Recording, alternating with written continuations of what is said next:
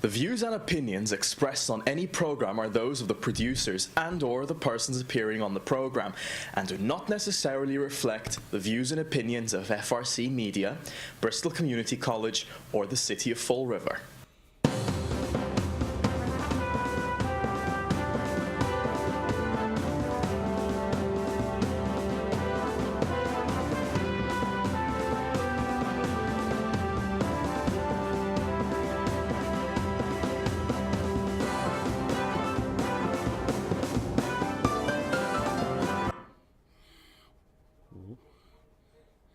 Good morning, CJ. Your mic is messed up. No, it's not. Not anymore. Okay.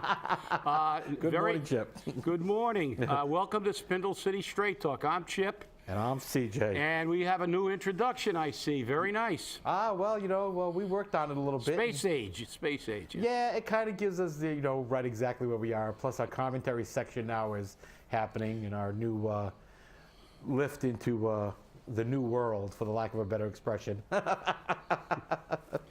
So, well, we had a fun night last night, though, I'll tell you. It was very interesting. Wish you would have been there, Chip, but sparring does take its toll on it. So yeah, I was having fun watching people punch each other, getting ready for MMA matches. But sometimes you wish you could throw some of the city officials in there and let them duke it out. Well, I'll tell you, it was very, very interesting, especially where I thought that we were going to have some duking it out.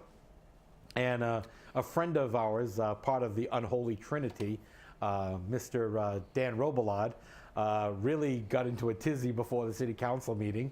And there's a gentleman who's running for city council who I don't think will see the light of day if Danny has his way. So, but you always gotta love Danny, because he gets his message out and he makes sure people know it right away. But let's get right on to what happened initially at the city council meeting. First off, there was no citizens input last night. And in reviewing it, I find, and in discussion with the city clerk, citizens input only happens half an hour before the finance committee meeting and a half an hour after the finance committee meeting, but not during any regular city council meeting. Kind of sounds like the school committee a little bit, which says you can only talk if it's on the agenda. So that's okay. We'll deal with that. But I think it was interesting to see the same old failed administration go into the city council. The vote yesterday was 6-2 for Joe Camara to be city council president, which he proved himself over and above last year of being somebody who should not be in that office, especially when you can't run a meeting and you have no idea what Cushing's rules of order are. That was 6-2, and it was Mayoza and Pereira for Linda Pereira for city council president. But Linda knew beforehand that the votes were stacked against her. And then the city council vice president was Ray Mitchell again 6-2, where Correa and Mayoza voted for Mike Mayoza. But again, the vote was stacked, and we knew that. But I think the biggest faux pas, the biggest mistake that could have happened was when Joe Camara thanked Will Flanagan for his term in office. I thought the room was going to just drop. It was unbelievable. It was the biggest mistake I think he's ever made, and I don't think he'll ever make it again. But it was a joke. It was a joke at the highest degree. Well, I don't agree with it, but I can see him thanking someone for their service. I mean, they did serve the city. What they got out of it, on the other hand, you have to put that basically on our Spindle City scale. But the reality is, some people, they have the belief that anybody who serves the city, if it's good or bad, should be thanked for taking the time to serve the city.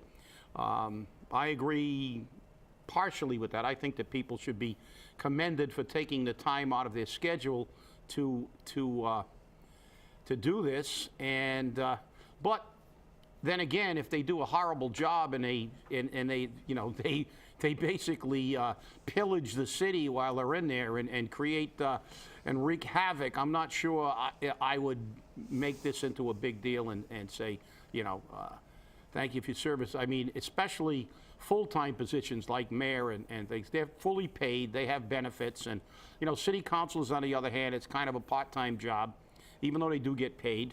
And they're actually getting paid probably almost as much for that part-time job as some of the people are making in Fall River, working in some of these places, giving out coffee and donuts. But the fact is, they did do it, and they do give some of their time. But what disturbs me about this is they're quick to thank each other. But the fact is, what disturbs me is they don't seem to grasp the fact of who they represent again. I heard, you can confirm this, CJ, that Joe Camara was making seating arrangements at the city council, telling the public where they could and couldn't sit in their house. Now, if that is true, and you can confirm it since you were there, that disturbs me, because I don't think that any city councilor, president, vice president, or any councilor, or any city official has the right to tell people where to sit in a public meeting. Well, and this did happen, and interestingly enough, our director, or our current director, was present when this happened, and these seating arrangements were being made because Pat Casey felt uncomfortable sitting next to certain individuals. Well, Ms. Casey, if you can't sit in the city council chamber with the general public, maybe you should resign. There are police officers present. I have very serious doubts that anyone's going to do anything to harm you. Unlike the commentary that you gave to several citizens in Fall River regarding me personally, yes, I did hear them. I don't turn around and say, you can't sit next to me because you make comments. Hey, people make comments. But for Joe Camara to say, you need to move, and our director turned around and said, why is this seat saved? And he says, well, no. She goes, who's it for? Well, nobody. I'm nobody. And she sat down and she stayed there the entire meeting. So I don't know how comfortable she felt with that, but now that we're uncomfortable and it's not all warm and fuzzy, we can't go to a city council meeting? No, well, kudos to our director. She's never had a problem being speaking her mind, so that's good. But the fact is that who are they to say that we have to have an insulated environment for them? As a matter of fact, it should be just the opposite. I'd like to see it run like the House of Commons, where you can scream at them and scream at each other, and let's let it go, and let's call spades a spade. And the reality is that this gets back to the president of the city council.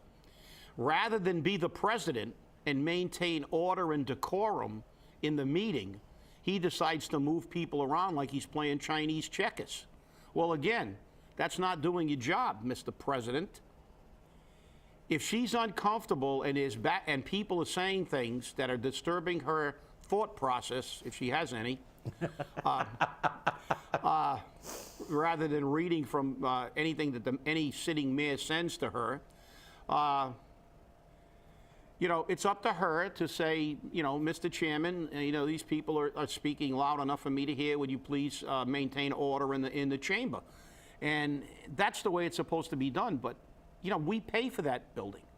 It's our tax dollars. We pay them. Who are they to tell us where to sit in our building? That's our city hall. That's our government center, not his. And for his own convenience, because he can't maintain order, he's going to try to make people sit in certain areas. That's, to me, I hate to say it, but that's discriminatory. I agree, Chip. I mean, I think it's gone beyond ridiculous. And I mean, the fact that they re-elected this man as city council president shows that even the city council has no clue how a meeting's supposed to be run. They absolutely have no clue. And I actually called out a city councilor yesterday, and I said to that city councilor, I said, look, every time that city council president decides to open his mouth from the podium, somebody needs to stand up and say, point of order, Mr. President. If you wish to make a commentary, you need to resign the podium and let the vice president take over for you to make your commentary. But he does it every time. He violates the law because it's also in the law every time, does it regularly. So obviously this man not only doesn't know how to run a meeting, he doesn't know how to read. I mean, it's sad. Well, obviously, you know. I'm getting a little emotional. Yeah, well, and not only that, but I mean, it is a source of irritation, especially to people like you and I who have been in meetings and chaired meetings and had to do things by the rules. Whenever I made a commentary as the president of a union, I had to give the gavel up. I had to pass the gavel and speak as a member, not as the president. You can speak to make clarifications on motions. You can speak, you can speak in general terms about issues. But if you're going to make a commentary, a personal commentary, you can't use your position as chairman. You have to give that position up and go down to the well, as they say. And this bothers me. But it's not surprising when you look at the rest of everything. If you can't find anywhere, at least one and possibly multiple violations of parliamentary procedure in every single city council meeting, you're not paying attention, because it seems that after, I've been watching these meetings for decades, they still don't know that a motion to table is non-debatable. I mean, somebody makes a motion to table and there's an hour debate afterwards. Every council's got to be on camera. It's a non-debatable motion. And priority emotions and all the other minutia that we won't bore our audience with. But the bottom line is that if you're running a meeting, especially a government meeting, a meeting that's supposed to be representative of the people, at least run it like a real meeting. If you're going to have rules, abide by them. Or the next time they have a baseball game, maybe they should run up the third base line instead of the first base line. I don't know, but that's the way it is. So, you have to laugh about it. You really do, because it's to keep from crying. Yeah, that's true. But it just gets to be ridiculous. And then people say, why do you get all upset? I mean, I don't get upset. To me, this is just a joke. This is it's like watching Monty Python. It gets to be very good. But, moving on a little bit, just to show how much that Fall River really values citizens' input. On Monday night, they had a school committee meeting, and people said, why weren't you there? Why am I going to show up? I can't talk. Because you can't. Unless the item that you wish to speak about is on the agenda, you can't talk about it. And, they all sat there, and then they all said, well, there's not enough parents. Well, parents don't want to bother anymore because they feel like they're talking to the wall anyhow. So, but that's, this was repeated again on Tuesday night. Citizens couldn't talk because the finance meeting wasn't held. But what did happen, which I thought was very interesting, was on the day of the city council meeting, the sixth floor sends down a memo asking for 2 new positions to be added into ordinance. See, this is the problem. We create jobs, put them in ordinance, and then we're stuck with them for duration of the world. So now Fall River needs a chief operating officer, which, by the way, comes under the same contract that a city administrator does. And we need a special assistant to the mayor in order to take financial reins of Fall River. I don't know about that. I mean, it's a little iffy to me. I mean, it gets to be a little questionable on where we're doing, because I remember a mayor not 5 years ago who kind of did the same thing. I mean, do you remember this? Yeah, well, when we talk about city council being in kind of, not paying attention to the rules and not paying attention to what goes on either, it seems that no matter what we do, it's the same old, same old. I'm not going to make any, I'm not going to rush to judgment, but I will say that I am not really happy with what I'm seeing so far. The fact is that you don't get your financial house in order by spending more money and creating more positions without eliminating positions. Had he sent down something to say, I'm creating these 2 new positions while I'm eliminating these 4 positions, and then these people are going to be in charge of the overseeing of the government. You know, I am so tired of hearing COO, Chief Operating Officer, and then they say, well, businesses have it. Well, how many times do you clueless politicians have to realize this is not a business, it's a city. It's a city. And the problem is you want to convince people that it's a business so you can create all your high-paying jobs like COO and make COOs in the middle schools. Give me a break. Middle school needs an operating officer. You've got principals, vice principals, superintendents, assistant superintendents. Jesus, how many people do we need to oversee that department? It's the same thing with the city. We need a chief operating officer. We got a fire chief. We got a police chief. We got a DPW head. We've got a head in every department that's getting a salary to run those damn departments. That's like putting a fire chief on every apparatus. You have one chief to oversee all the apparatus at a fire. It's like we've got all these department heads. Well, you want a COO, get rid of all the department heads. What the hell do we need them there for? Why do we need all these tiers? Except to spend money. It's absurd. It's ridiculous. It's a waste. And it sends the wrong message already. And I hate to say it, as I said, I'm not going to rush to judgment. I'm going to wait to see what happens. But creating new positions, and some of these positions, to me, are duplications. Has he eliminated and we also heard that Perry Long's job has been filled. So that's almost a $100,000 position. That's a firefighter and a half, or a police officer and a half. To do what? To pay somebody almost over $90,000 with his other perks, almost $100,000 to go meet with the neighborhoods? You know, I remember years ago when we only had a mayor. Then we got an administrator. Then we created the city administrator, which basically relieved the mayor of virtually all his administrative duties. And now we're going to have all these other jobs. So, you know, talk about compartmentalization. They complained. I remember years ago when they complained about unions doing this. When they had the unions got like in Raytheon, they had a guy, if you had to move a cable from one place to another, it was in the contract that somebody from some department had to, you couldn't carry it, even if it was 2 feet. And they're going, this is a waste of money. Well, guess what? Mayor Sutter, this is a waste of money. We've got enough damn management. What we need is a streamlined government. We need less people, not more people.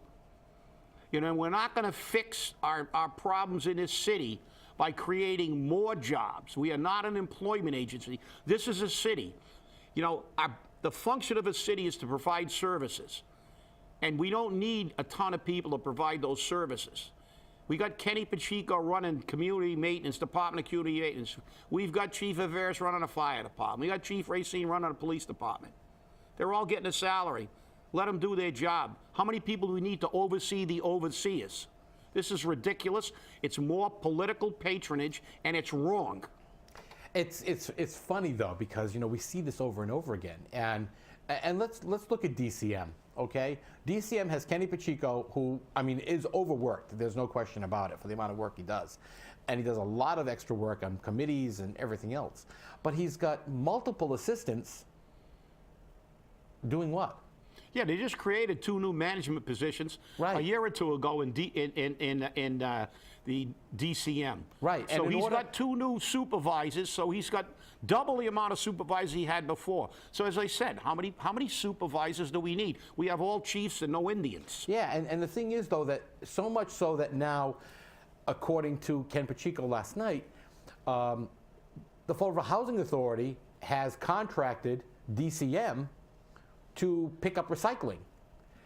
But the Fall River Housing Authority is already paying for a private contractor to pick up their trash, which included their recycling. So my question is, why does the Fall River Housing Authority need to give money to Fall River for trash pickup, which they already have a contract for? And isn't this mismanagement? Or is this just a way to make sure that the pay-as-you-throw ripoff is sustained by getting other functions in there to pay for the shortfall that we know exists that everyone lies about? No, this is another way to rip the taxpayers off again. But nobody will care about the housing authority, they say, because the housing authority isn't city. It's federal. But it's tax money. Who funds the housing authority? It's not a private entity. The fact is that it is a public entity. The fact is that means the public pays for it. They are already paying to have their trash removed, including their recyclables. So why would we? Number one, I don't even know how you can contract the city of Fall River. They're not a private entity. It's not a company. It's not like you're going to BFI or Cleanways or somebody to contract. The city of Fall River is a public entity. The DCM is funded by tax money. Since when can they enter into private contracts? Because it's not a private entity? Well, that entity's already having its trash picked up. It's another way to siphon money, tax money, our hard-earned tax dollars away. Like, we're paying 3 times to pick up our trash. First we paid for the bar. First we paid DCM to pick it up. And we paid for the barrels. Now we're paying for the bags. Now in a housing authority, we pay for the housing authority with our tax money. We're paying for a private contractor to pick up their trash. And now we're paying the DCM to pick up the trash that should be picked up by the other person. Right. And here's the funny part about it. I guess the city's doing this regularly and concurrently. So my thing is this. Because pay-as-you-throw, as you remember, is supposed to be put into an enterprise fund. If the city of Fall River DCM wants to act like an enterprise account, like the water department, then cut them off from the city budget. Take their money away. They have to generate their own income. Sounds like a plan to me. It sounds like the right way to do it, but then people won't get what they want. So, but again, bring some common sense things to the table, and you're a negative Nelly. So, would you? Well, let's try to put this in perspective. Let me give you a hypothetical. If you were the head of the Fall River Housing Authority and just got your salary elevated to somewhere in the vicinity of $165,000, which is more than double what you were getting as a state representative, would you complain when the guy who pulls the strings for the housing authority ultimately? Are you going to complain when you got your job politically? That's the problem. The problem is all these politicians and all these jobs, that's the way the game is played. Just like the job at BCC for $120 that you don't have to show up to double your pension. Just like the jobs they get everywhere. They always find a place to fall. They always find a place to fall. If they spend, they talk about the system, the pension system. There's the problem. The problem that these people who have been living off the public dole their whole life, taxing us to death, they leave there and they get these positions. And when they leave, their relatives get the positions. You wonder why people get frustrated? Well, guess what? There you go. And here's the thing that kills me, this just popped into my head. We have members of the community, citizens, which scream, rant, and rave about people who are on welfare.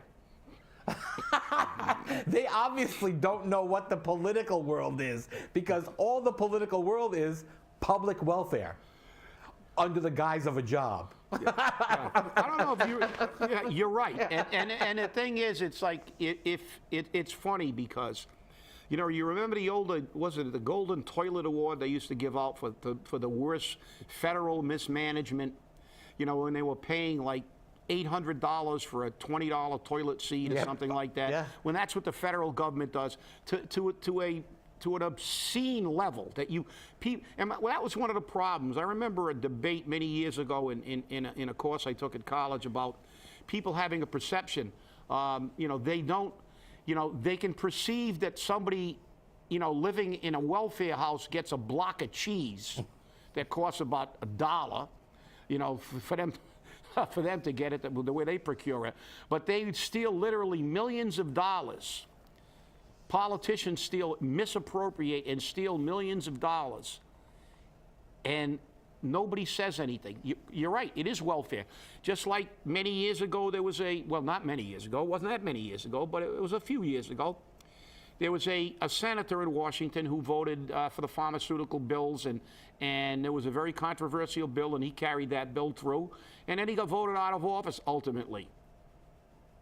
And what happened to him? The pharmaceutical company gave him a position as a consultant for $1 million a year. We wonder what's wrong with our government. The problem is the government's what's wrong with the government. And the problem is that, I used to be absolutely against term limits. I think we have to impose them because most of these people, they can't do what we did here. If we voted these clowns out every other term, we wouldn't have the problems we have. But you know something? We're as responsible because we leave people in office forever. That's because they get a chow mein sandwich. But it's true. And I'm really leaning more and more towards term limits. If a two-term period is good enough for the governor, it's good enough for the president of the United States, it should be good enough for every other elected official in the state.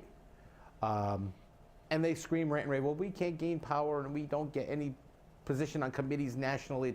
Hey, you know what? It's not about power. The House of Representatives was created for 2-year terms so every member of the community could serve a term in Congress. It's become a living wage for these people because once they're in, they get that salary for the rest of their life. Yeah, and that's one of the problems. They talk about welfare. Do you think it's right that a congressman that serves one day gets health care for the rest of his life, the best, tax-free? He also gets a pension. These people, they don't have to be vested. These people get pensions, they get all these benefits, and many people don't realize that Congress doesn't even have to abide by the laws of the United States. They create their own law. They are exempt. We do have a class of nobility in this country, and it's called our politicians. Yes, this is true. But it's frustrating. And when you look at what's happening already in week 2 of Fall River government, and for somebody to turn around and tell me yesterday at the city council chamber, you've got to give them a chance. The wounds are still fresh. We're still bleeding. The wounds haven't healed. We're still bleeding. And it's bad enough that the community itself is turning on itself. But the message that was sent out by the community in this whole process has already reached deaf ears. They have ignored what the people have done. They have said, you don't matter. Well, let's hope, as I said, I'm not going to rush to judgment, but I will say this. We are watching, and if it continues, there's going to be problems, and the fact is, we are not off to what I consider a good start. It looks like more of the same, and that's not acceptable. No, it's not. Definitely not acceptable. But hey, what are you going to do? It is what it is. It's the Riv. It's the Riv. It's the Riv. And that's what we deal with. But we have a difference now. We have gotten people engaged, and people are still fired up, and maybe the wounds will heal, but hopefully their engagement in the process will never go away. And you know something? Hey, there's an election in less than a year. That's true. And I hope and pray that the people of Fall River realize that, you can get rid of him now. So, with the next election, if he doesn't do his job the way you want him to. Thanks for watching. Have a great day.